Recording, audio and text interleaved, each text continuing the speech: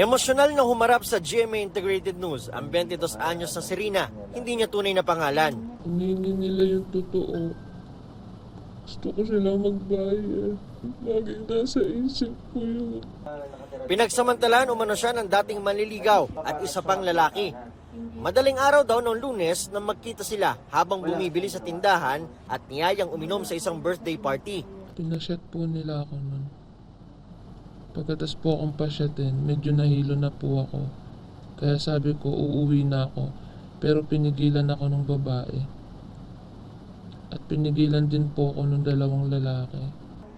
Dito na raw siya dinala sa isang kwarto kung saan salitan siyang ginahasan ng dating manliligaw at nang may birthday. Matapos umanong pagsamantalahan, inutusan daw ng dalawang lalaki ang isang minor de edad na dalhin siya sa kanilang hideout.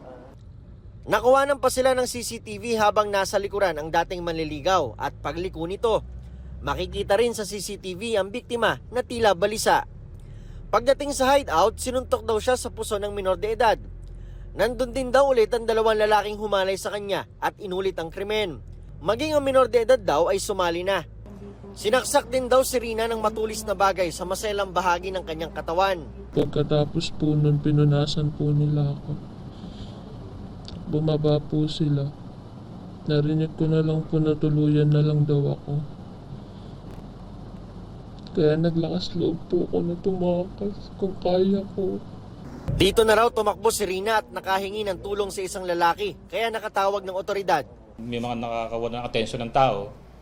Kaya luckily, mayroon nakahingi ng responde.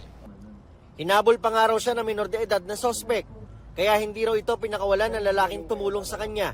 Ang minor de edad din na naging dahilan para maaresto ang dalawang suspect. Yung follow-up operation nung substation nagtulungan, yun kasi yung sinabi naman nung CICL, kasi yung CICL lang una nating na nakuha at nagturo sa kung sino yung mga kasama niya. Itinanggi naman ng inirereklamong dating manliligaw ang akusasyon.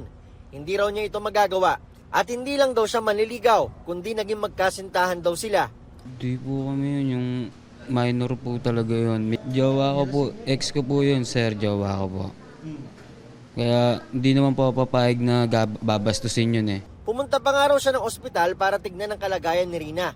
Doon na rin daw siya naaresto. Hindi naman po ako para tumakbo kung may kasalanan ako eh. Wala po talaga akong kasalanan, sir.